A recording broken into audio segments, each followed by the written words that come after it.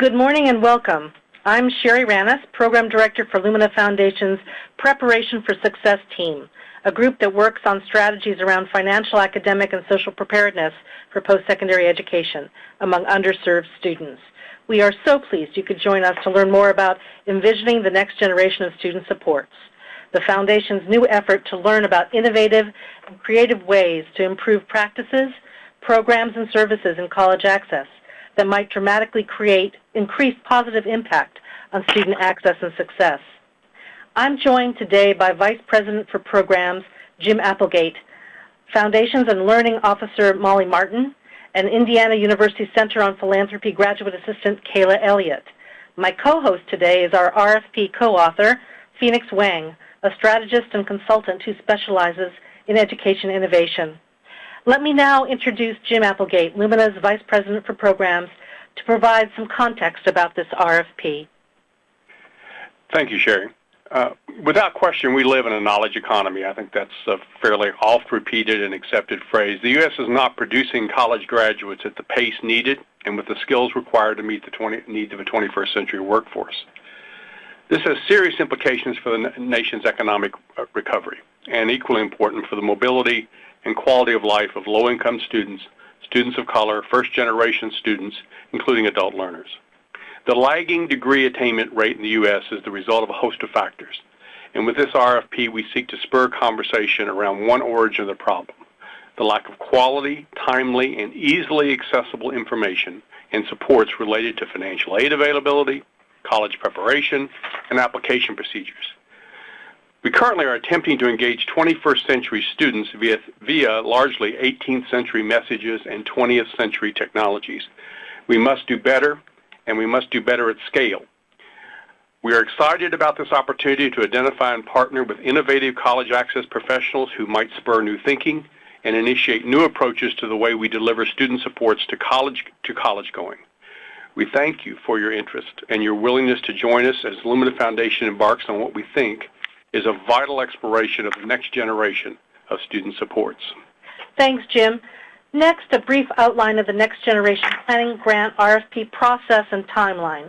For additional details and application materials, I encourage you to refer to our website, www.luminafoundation.org/grant/nextgenhtml, where a recording of this webinar will also be made available later today.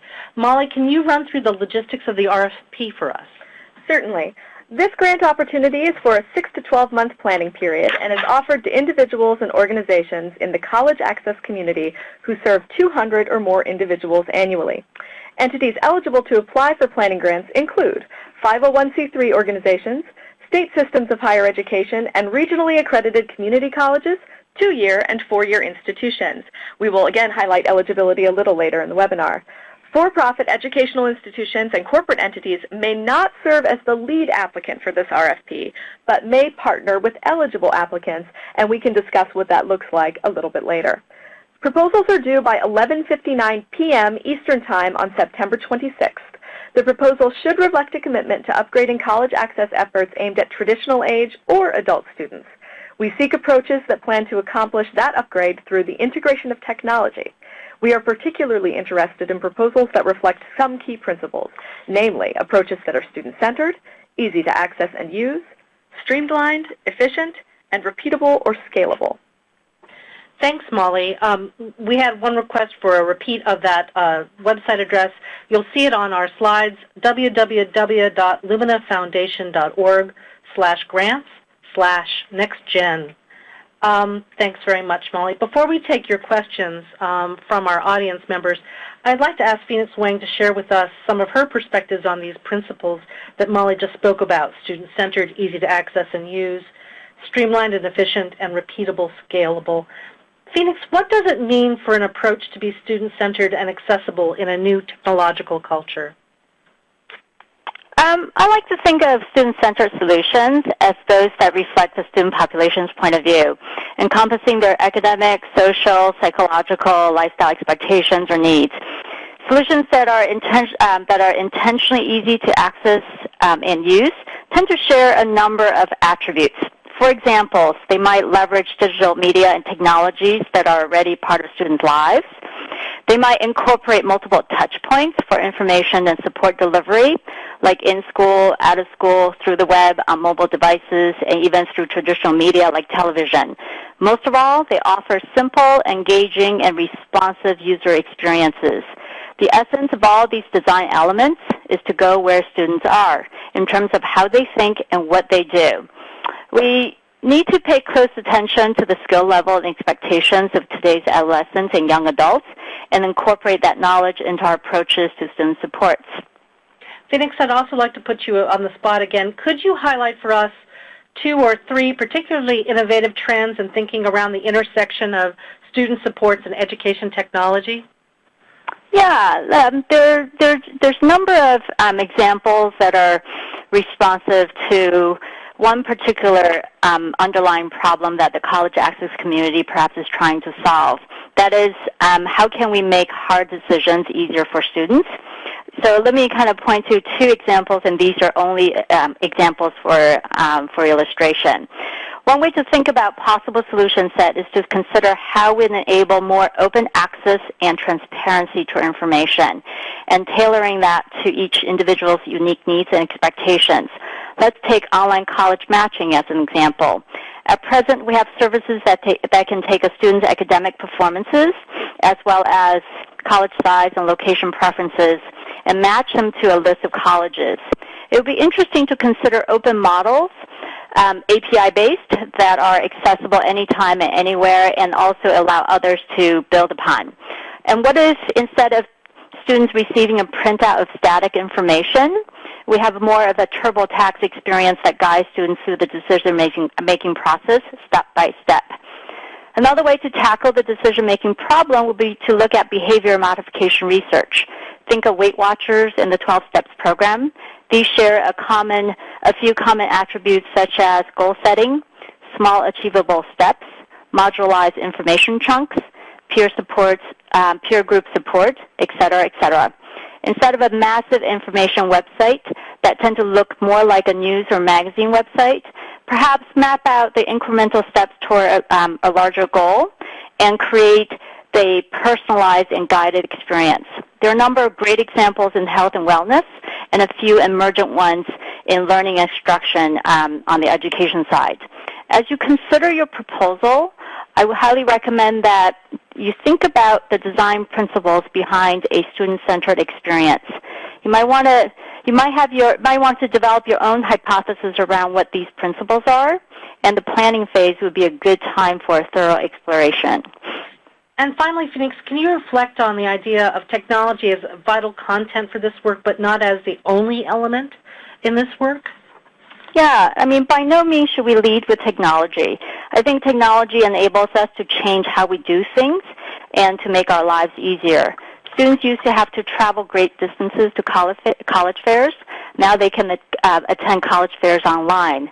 College applications used to be paper-based. Now there's online common application they can submit once. If a student needs a support network, she can find college mentors online. Or if she already has a support network, she can keep it intact through social media tools. Ultimately, the question to ask is, what is not working for students and how can we simplify things for them? The simplification could happen at the front end, meaning a redesign of the user experience, or it could happen at the back end around data or information management. It could even happen at the organizational level, more along the lines of a workflow or process redesign. This is an opportunity for transformative change, and it's up to each of you to determine how far you're willing to go. I believe we're looking for proposals that exemplify innovation that are new, unique, impactful, and scalable, and that they could dramatically improve students' access to college.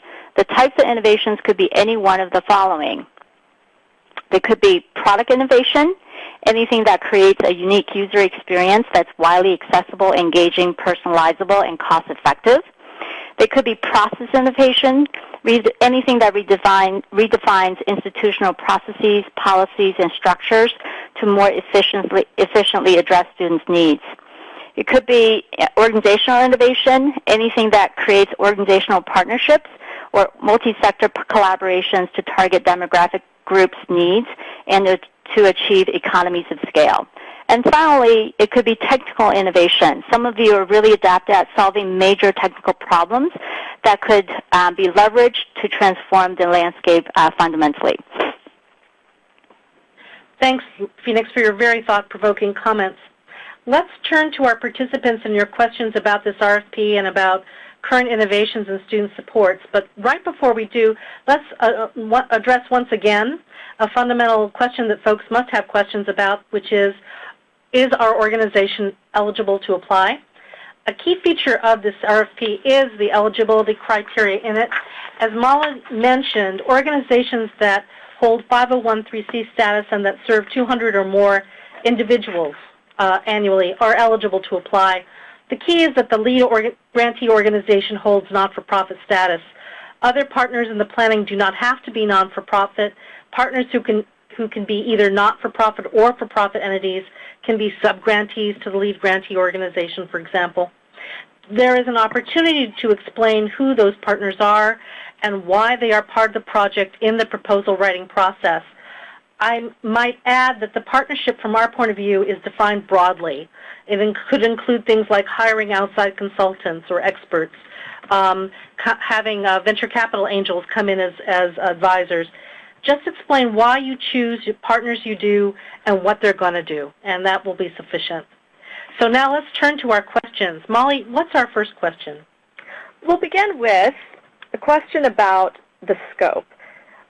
We work primarily on curriculum and instruction. Academic progress is certainly part of college access. Are we eligible to apply? Thanks for that question. It speaks to the scope of the RFP, as you said, Molly.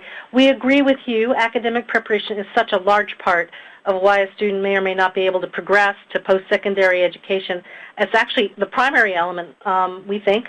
However, this particular opportunity, this particular RFP concerns improving college access programs, practices, and interventions. It does not cover work in school academic curriculum and instruction. A related question might be whether or not the funds provided provide programmatic support and whether that can be included in these proposals. We want to be clear, this funding opportunity is not designed to support existing programs and their operations. It's an opportunity to plan, to consider, study, and plan for changes in programs and operations. What's our next question, Molly? Next up, what kind of activities does this planning grant support? What degree of commitment to activating our plans need to be demonstrated by us? I'll ask Phoenix to answer that particular question.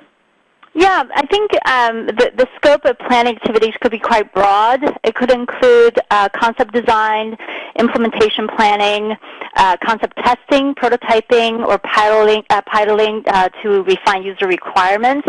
It could include evaluations of technology for selection purposes or user research or user feedback gathering. It could also be market research or anything that's related to business planning. I think ultimately we're interested in kind of developing the action plan that's going to come out of the planning phase. You're not required to demonstrate or account for any further action in this proposal beyond the planning activities I just talked about. Terrific. Thanks, Phoenix. Our next question, Molly? Next up, does Lumina commit to follow on funding to get our planning to move to the next phase? Jim, can you answer that question for us? Sure. Lumina is in a learning mode concerning what the next generation of student supports look like and the role we'll be playing to facilitate innovation and new improved practices. We are not at this stage committing funding for the projects that result from these planning grants. Okay, terrific. Next question, Molly. Well, the questions are flowing in. I'd like to start with a question that came in during the presentation, and that's just a refresher on the information website that is currently posted on your screen. You can also email us at nextgenrfp@luminafoundation.org. I would just caution you about the web address. There is an underscore between next and gen, so make sure you catch that and let us know if you have trouble. But back to some more substantive questions, quite a few about guidelines and eligibility. So let's begin with, the grant guidelines say that an organization has to serve a minimum of 200 students annually to be eligible. Does that mean we have to serve a minimum of 200 during the proposed pilot program? So could we start with a smaller group, take it to scale with a larger group of students? That's a really great question. This is Sherry. I'm going to field that one. The answer is we want to engage with organizations that are presently serving 200 individuals or more annually. So it is not a situation where we're scaling. We're asking for organizations of a particular size, and I hope that answers your question. Related to scope and requirements, what are the geographic requirements?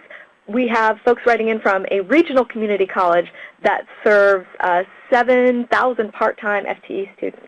Right. We have no geographical requirements or regional requirements or restrictions to this RFP. Great. The RFP focus is on college access for underrepresented students. We are interested in looking at how technology can support the pipeline from college admission to transition through the first year. Is that within the scope of this RFP? I think we'd have to know more about what you're actually proposing to be able to make a determination. It sounds like you would be, frankly, from the way it's phrased. Your developments are phrased. We're actually getting a number of questions along those lines, Sherry, if we could just open that up a little bit. I've had a couple people write in and ask, obviously the RFP focuses on college access, but access to the purposes of success and access for whom. So we have people asking about retention program and success support programs. Could you reflect on that? Certainly. This RFP is supposed to focus on the college access portion of the pipeline with attention to success, but it is not primarily a success and retention for programs for success and retention in higher education. I hope that answers your question. So access. With certainly an eye to success. Absolutely, that is the outcome that Lumina Foundation and all of our programs support. But this particular RFP is about planning to increase the efficacy of access programming. Could I add? I mean, it seems to me that obviously it is an access focus, but we're talking about programs that effectively, in a student-centered way, help students become more academically, financially, and socially prepared. And so that's the link to success. That is, that if they're coming in better funded, better academically prepared because they know what they're supposed to do to get academically prepared, as well as the social and cultural issues that they need to be aware of. So it is tied to success in that respect, but I would agree that it's not about, this is focused on access and not about programs that are inside the college context helping students. We know how important that is. We have a lot of other programs that do that, but this isn't focused on, once they get there, how we help them stay in and succeed. Great. Thank you, Jim. Next question. Can an organization and or partner submit additional proposals if proposing a completely different idea or solution than the first proposal? So this speaks to the ins and outs of a planning grant, Sherry. Right, indeed. From our perspective, we're asking each organization that applies for this grant to submit one proposal only. So if I understand the question properly, I think that suggests indeed that you can only do one proposal. You have to pick and make a decision about what your best idea is and send it along. Great. Thank you. Question. We are a state university and tax exempt as a state-related entity rather than as a 501c3. Would we be eligible? You are. Excellent. Well, that's great news and an easy answer. Next question. Is it important/necessary for organizations to be community-based and providing direct services? My organization has a national focus and supports students virtually. That's a great question. Thank you in particular for that question, because it sort of brings up whether we are trying to strive for one particular segment of the college access community or thinking about it more broadly. The answer is we're thinking about it more broadly. So whether you're a national entity or a community-based entity, you're equally welcome to submit a proposal for this RFP. This also relates to kind of place-based change, this next question. I run a county-wide college access network, and I'm creating on a local dual credit project that would be in the form of a pilot that could be easily repeatable. Is this appropriate for funding? So she's asking about a project that's already in play, already in progress. Right. You would have to make a decision about whether or not you think this RFP is appropriate to your stage of work, because it is a planning grant, and it is about technology enhancement to that extent. You, I think, sound like you fit our guidelines. Now, the next question would be, what kind of curriculum? Is this college access curriculum, or if it's curriculum instruction for academic purposes, more strictly sort of more prescribed in that way? Probably it doesn't fit this RFP. So if this is college access curriculum, and we're thinking about a technology enhancement, sounds like you're okay. We've actually had several questions along those lines. So again, the idea is to upgrade current processes and current ideas with innovative thinking. Is that right, Sherry? That's absolutely right. Yeah, I would just, it's important to keep emphasizing this is a planning grant, encouraging people to think about next generation. So this is a little different than what you might typically expect from a foundation. So this is not to fund an ongoing program. We're not interested in. The question is, this is for planning and thinking big. And so if you have a program, this should propose to us what that big thinking reflects around the potential of this program to reach students in a student-centered, all those words, scalable, repeatable way. So it's not funding. I think there's definitely a tendency to think about, well, this is a grant to fund my program or this program. It's a planning grant to take things to the next level, whatever you think that looks like. Thank you.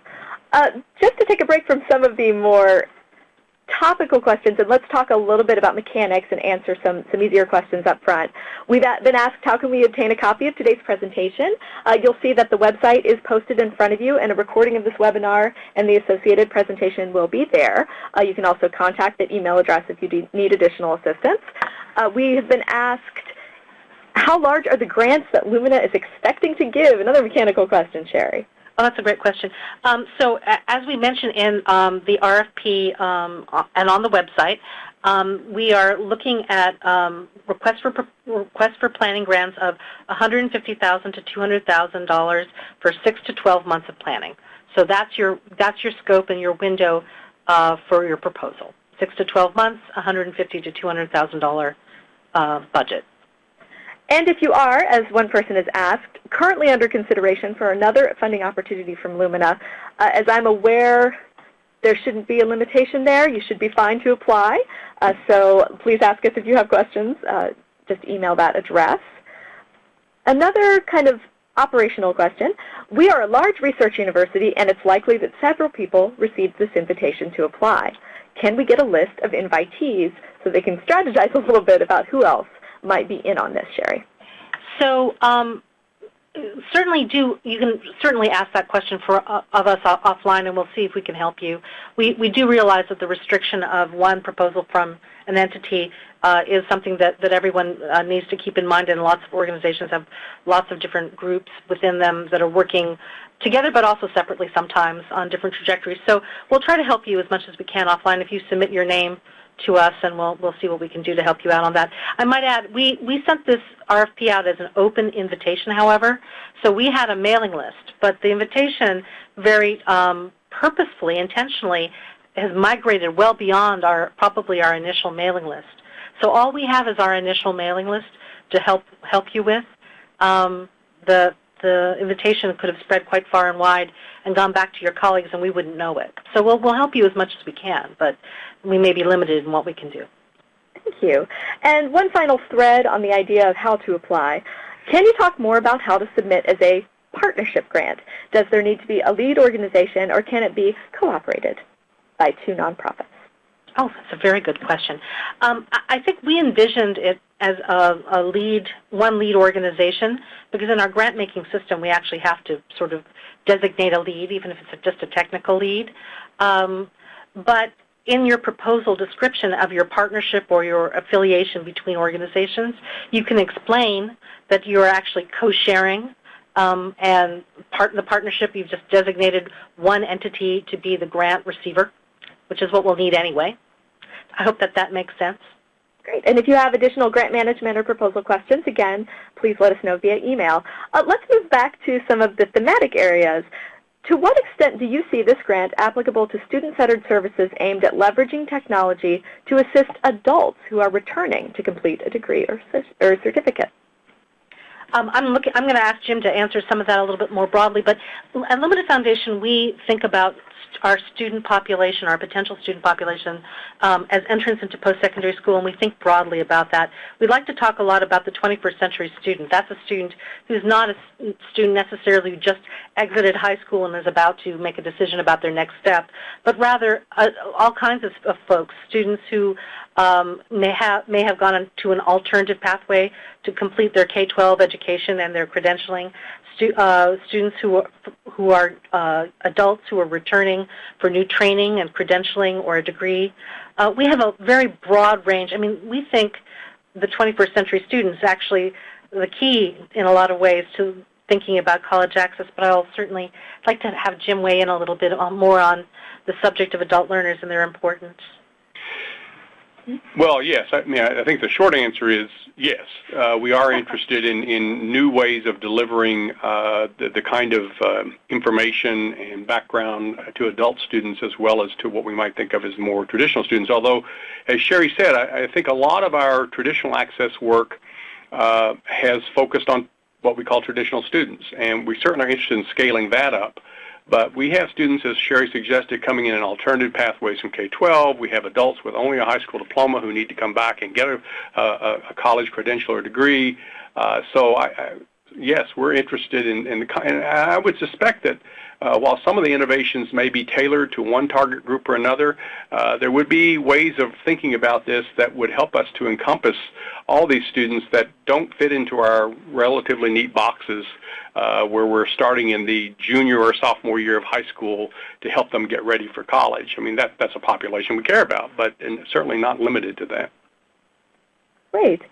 Let's talk a little bit about some activities or kind of the manifestation of the vision that might happen with some of these proposals. We've had a couple different questions, including, could this proposal include technology purchase requests and prototype testing? It's a very specific example. Sherry, any thoughts? Sure. Actually, I'm going to throw that one to Phoenix and see if she can give us some insight into that. Remember, we're talking planning. That's the very first thing to think about. Phoenix, did you want to weigh in? Yeah, and I'm looking through some of these questions, and they'll share kind of similar profile. The thing to think about, if there's any kind of hardware or software purchases before you decide what to buy or what to pilot, is to think about what's the problem you're trying to solve first. I want to reiterate that it's important to think about what's the problem you're addressing and why this particular approach is really important. It should not be a straight hardware upgrade types of planning activity. There ought to be a set of processes or user experience considerations that you're trying to create to serve or to scale whatever solution that you're building. So it should be part of something larger and not exclusively the only dimension of the planning activity. Great. So, Phoenix, that would also include proposals that have specific threads about laptop lending libraries or other very tangible pieces of equipment or purchases to drive change. That's right. It needs to have a very clearly defined problem for why, for example, laptop lending solution is the most apt solution, and that ought to be part of something else to create a full-on user experience. So yes, it should be. So those are all kind of similar questions about hardware purchases. It should not be straight. The planning is a planning grant, right? You really are trying to use the money to figure out how to deliver this kind of user experience for the long term. It's not for purchase. Great, thank you. Okay, moving right along. So we talk about financial aid a lot in this RFP, Sherry. We've had a question and a couple related questions. Do the programs proposed need to focus on helping students understand financial aid, or is it across the continuum of financial aid issues? Access, policies, availability?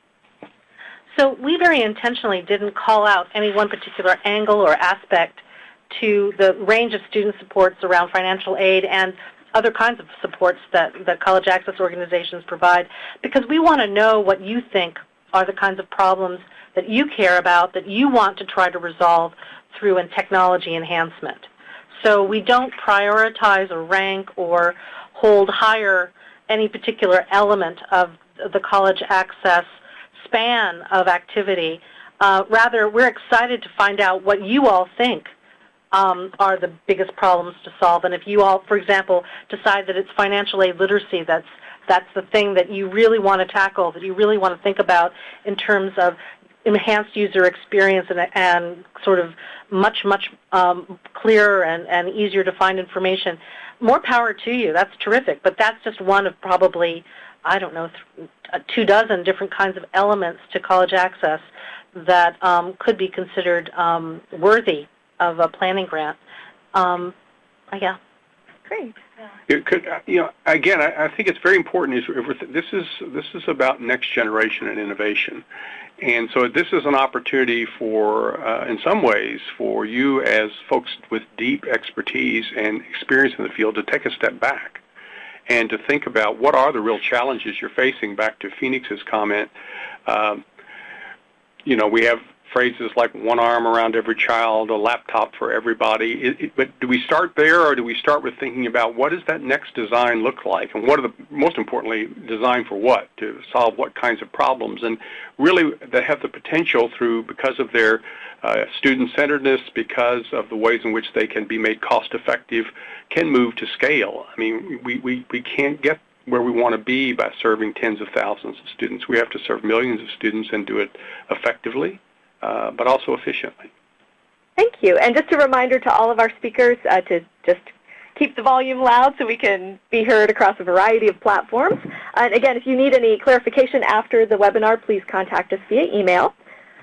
Moving right along, you asked that a proposed effort be scalable on a regional or national level. Do you expect this to occur within our own organization, or are we required to share it with other educational institutions after it's awarded? So how much of the ball is in their court, Sherry? Well, that's a really great question. I like the way it's phrased, too, because it sort of points to the various levels of integration that a solution or a new great idea can have and how it can be propelled. And I think we're very, again, open-minded on this one. I think we just need, and this speaks to, I think, a similar thread of questioning that's also going on around what's the outcome of this planning phase, what do we expect? And what we're expecting is what we call, I think, a action plan, what your planning phase has come up with. Has it responded to and given you the data you need to respond to your problem, the problem that you determined was happening? And if you've come up with a great idea and your planning phase has given you pause and data and evidence and excitement about your idea, we're hoping you'll share it with lots of different constituencies, and we'd be the last to dictate who those are. So in fact, we're excited to see who you would want to share your good ideas with and how you would propose to do that. That would, I imagine, be part of your action taken during your planning phases, talking about how you would distribute or disseminate your learning. This kind of feeds into another question that we've gotten a couple versions of. Is there a need to demonstrate sustainability of this project, even though this is a planning grant? And there's no implementation funding necessarily guaranteed by this. Right. So the answer is no. I mean, that's not what this is about. This is about ideas. This is about pursuing great ideas and being ambitious about them, as Jim has been talking to us in the last few rounds. This big ideas require some leaps, but they also require some heavy-duty thinking and investigation. And so this is not about sustaining. This is about going forward for a period of time with great intentionality around a big idea and a big problem and a solution. Great. Moving on, we have a couple questions in this thread, and they are about what it means to be student-centric. We have some folks who engage in teacher training and high-quality teacher preparation. We have others on the phone who work with parents, mentors, other caring adults. And we have some high school leads and high school experts on the phone with us. So when you say student-centric, are they reaching the students directly, or are they using other tools, resources, and people in the student's life to reach them? I'd like Phoenix to try to respond to this one a little bit, and then maybe Jim and I will add. Phoenix, let's talk a little bit more about what we think student-centric means. or user-friendly experience. Yep, and we cover, I think, Molly, it's both of what you talked about and it's a little bit, it's much of what we discussed earlier in the conversation. It's about meeting students where they are and be able to engage them using the digital media and technology that they already use, and most importantly is to deeply understand what their needs are, what their behavior patterns are, and how to tailor programs and services to those behavior patterns so that they could engage and follow a scaffold experience to achieve the kind of outcomes that we all imagine they should achieve, right? So rather than designing a program in vacuum, I'm sure all of you have great experiences in understanding what the students' real needs are and how to meet them where they are. Some of them might not want to sit in the classroom. Some of them might not want to come online. They might want to meet with a person, with a mentor in person. Some of them might want to, only access information, in certain time of day or all the time, right? So there are all these behavior patterns that a number of research organizations have done. You can go to Pew, you can go to MacArthur, that kind of discuss what those behavior patterns are, what their expectations are, what their aspirations are, and what their behaviors are around digital media technologies. And I think the planning grant is really encouraging everyone to look at those and rethink, possibilities so that we can dramatically increase the impact of all these tools and programs and services that we deliver.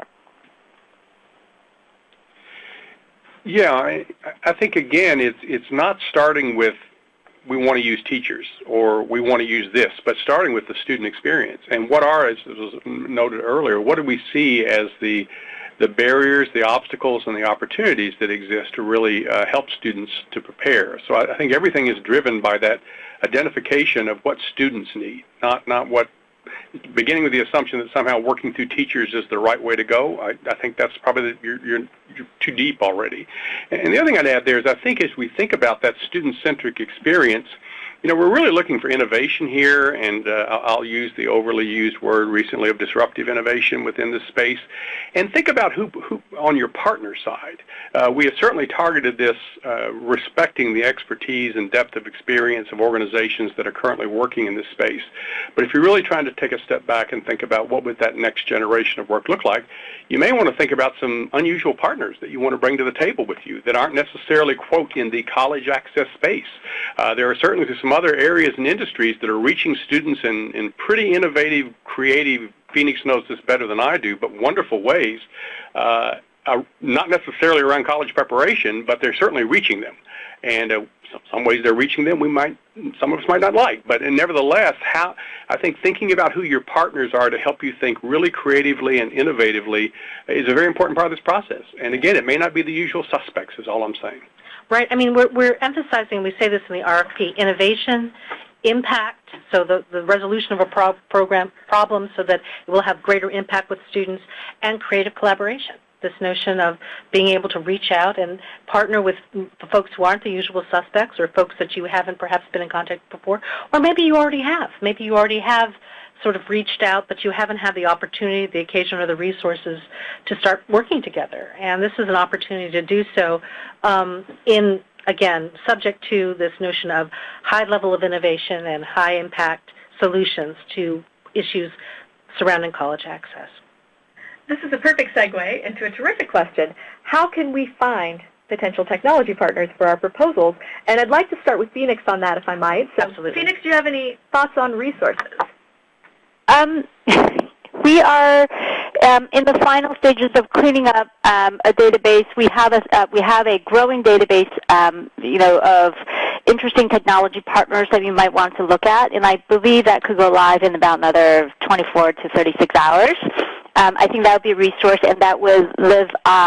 We'll share that URL when we're ready. It's part of my organization's work to basically catalog all the interesting, innovative technology providers out there across sectors, not just in that college access. But what we've done is we created a customized view for all the companies that we have been gathering over the last few months. So that would be an interesting resource. I think there There are a lot of other places that you could look at to find technology solutions, and I'd be happy to talk to anyone offline maybe what I can do is for the RFPs compile a list of URLs for people to follow, including the database that we've created. Right. I mean, what we were trying to do is to get you started on the journey, so to speak. We haven't given you a huge amount of time to sort of think through what your planning engagement will look like, but we're also not asking for an exhaustive 25-page document about what you're going to do. So we figure for those who are sort of starting out and feeling challenged because they've got the problem, they're eager to try to solve it. Now they're looking for appropriate partners, that we give you some resources to start on the trail. It's an exciting world. It's a world of invention, inventiveness, and a lot of new players. And so we're not in a position to either endorse any particular player or try to give any kind of special attention to anybody or any organization. We just want to make sure that you all have a place to start as you start this investigation, if that's where you are. Great. That actually is another beautiful segue. We have a number of folks asking, how baked do the ideas need to be at proposal form? People have contacts in mind, ideas in mind. They're not sure that their partnership arrangements would be fully hatched by the time this is due. Could you talk a little bit about that, Sherry? Right. So this is I love that question because it indicates that folks are thinking really hard. First of all, and no surprise there, college access community members have tons of great ideas and probably are eager to venture in a lot of different places. And here we're asking you to pick and choose. So once again, as a foundation person who's going to read your rationale, read your argument about why you should be funded, we come up with your best idea. And it doesn't have to be fully baked, but it's the idea that you think that has the most innovation, the most impact, and the coolest partnerships, most creative partnerships. I mean, that's what we're looking for. So in a scale, you've got 5 great ideas. You need to have sort of that organizational conversation about which one measures the best on those 3 different kinds of indicators, and make the best argument you can. I don't know that we necessarily expect a degree of high-temperature bake or a souffle that's done necessarily, because we're really trying to go after new ideas, and we truly respect that there is a range of in the development and the research done, the R&D piece, that first stage of R&D, can be a very long, protracted kind of problem-seeking, problem-solving kind of idea, a set of ideas and conversations that an organization has. So. It's not about being baked. It's about being just really smart, really cool, and very, as I said, the ideas with the most potential. That's what we're about. Sherry, could I add a little bit to that? Sure, please. I think it's not so much you have to have the partner engaged, but rather you have to think about the competencies you need to successfully implement this down the road. So think more about the criteria by which you can select the right partner so that you have the right pieces of the puzzle to put together. I think there's an expectation that you at least know the scope and the criteria and the competencies that we need to put together a solid team to begin the planning phase. So I think that would be important to think through. Great, thank you.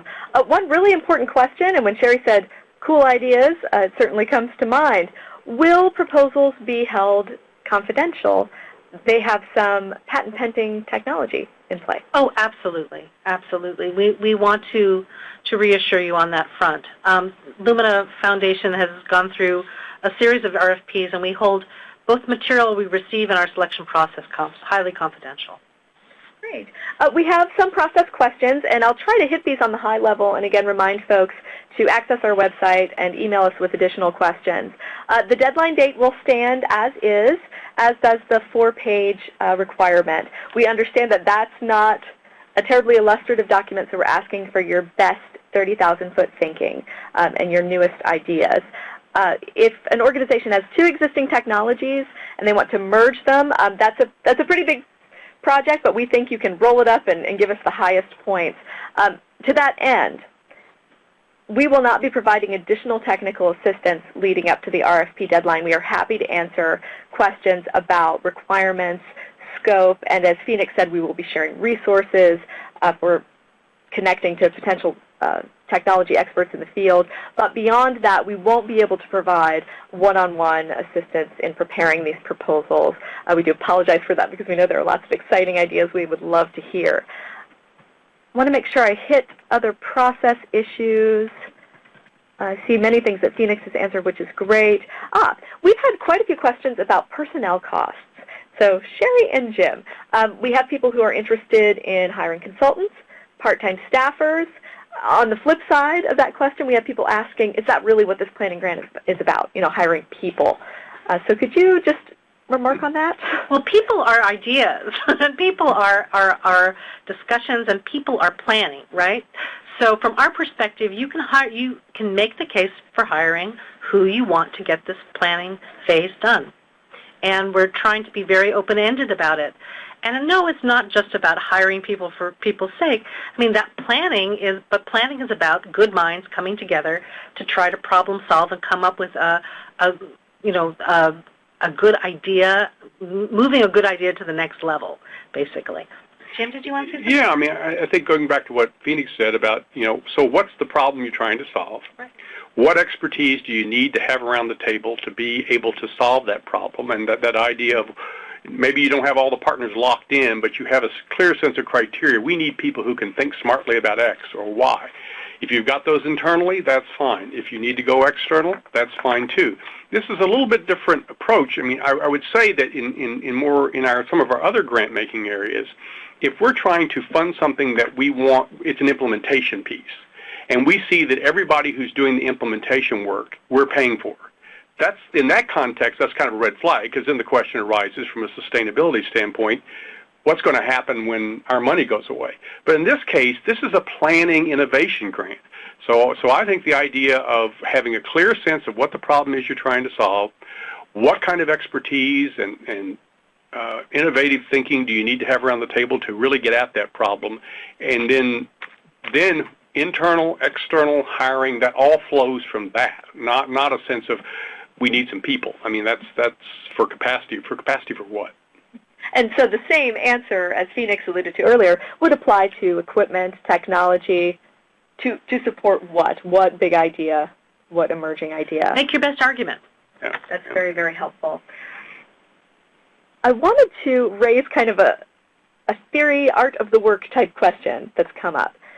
Student engagement is a potential direction for these projects.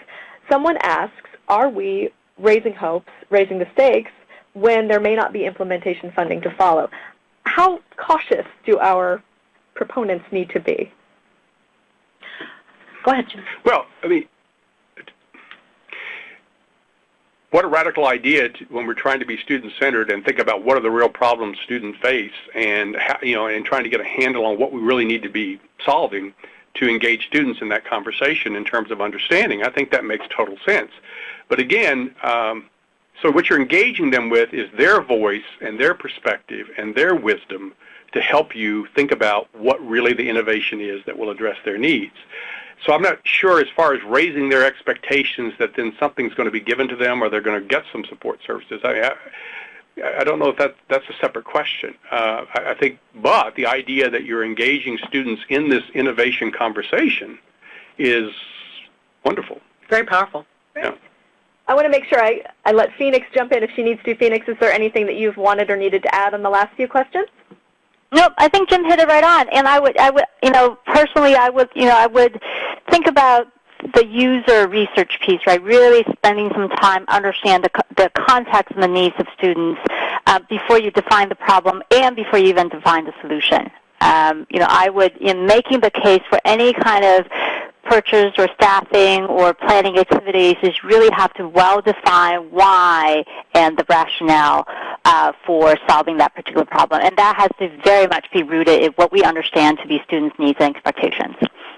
And this is probably less true of the college access community because I think they are so focused on the students. But as educators, we have a tendency to underutilize that resource. I mean, we kind of think we know, and we come with our perspective. And, as a professor, I had to be humbled many times before I began to understand that what I thought students needed was not necessarily what they thought they needed or what they really needed. So I think that's why this is the user perspective has got to be brought to the table in some significant way, either through students themselves or, as Phoenix suggested, research that you're going to do or has been done that you're utilizing to inform your work. I mean, we don't need to reinvent all the wheels. No, certainly not. There's been a lot of user research done. So, but anyway, that raises. I think this whole issue is really important, and it really hits this idea of it being student-centered. Certainly. And I think what you just said answers a couple of our latter questions here about the emphasis on financial aid versus other threads of college access work.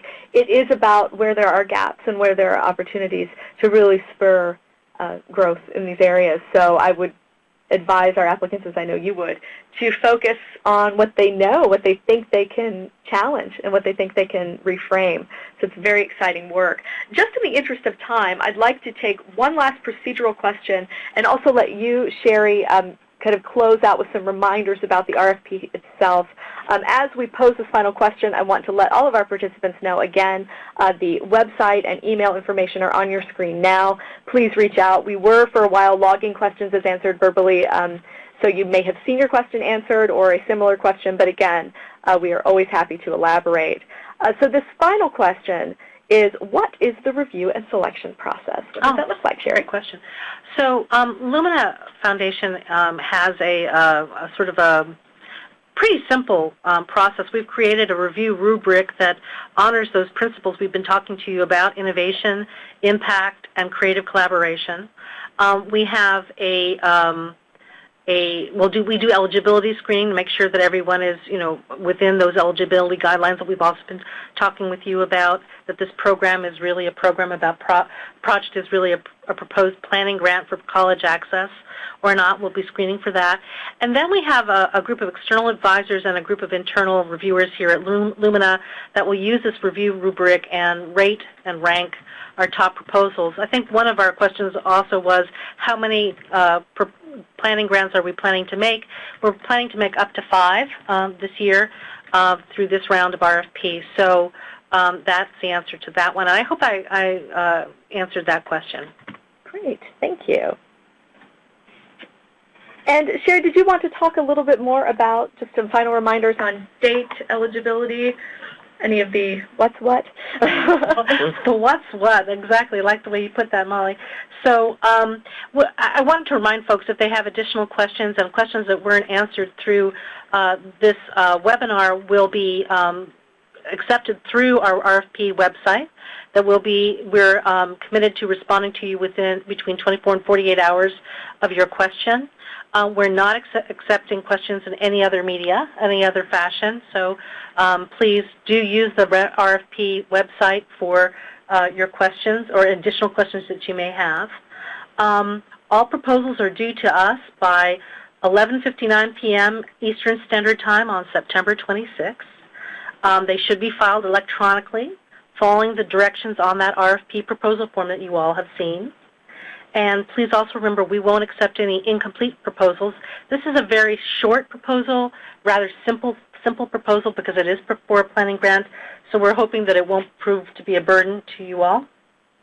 But that's kind of my last reminder. Jim or Phoenix, Molly or Kayla, anybody want to provide any additional closing comments as we reach the end of this webinar?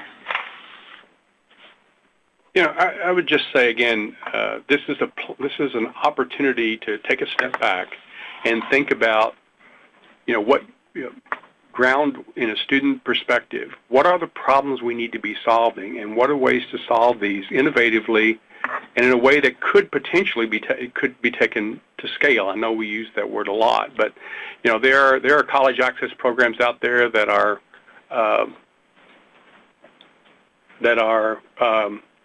there are college access programs out there that have been around a long time, doing excellent, wonderful work. But we need to think about how that work can be taken to, as I said earlier, hundreds of thousands, if not millions of students, so that we can achieve the goals that we need to achieve to educate this country for success. Actually, we just had a question clarifying Eastern Time, whether it's Eastern Standard Time or what. September 26th, 1 minute before midnight Eastern Time, whether you call that standard or not. That's what I want all of us to understand. Thank you, Jim. Really great comments, and I think the appropriate fitting ones, fitting comments to close us out. If we don't have any more questions, but these were very, very good and excellent questions. Thanks so much for them. Sherry, can I yes, interject? Please, go right ahead. As we end, after Sherry closes this out, I just want to let everyone know that they will be redirected to the NextGen website. Oh, good. That's right. Absolutely. That will be the next thing you see on your screens. Thank you again for your excellent questions. We look forward to reading your proposals. And thank you, and goodbye.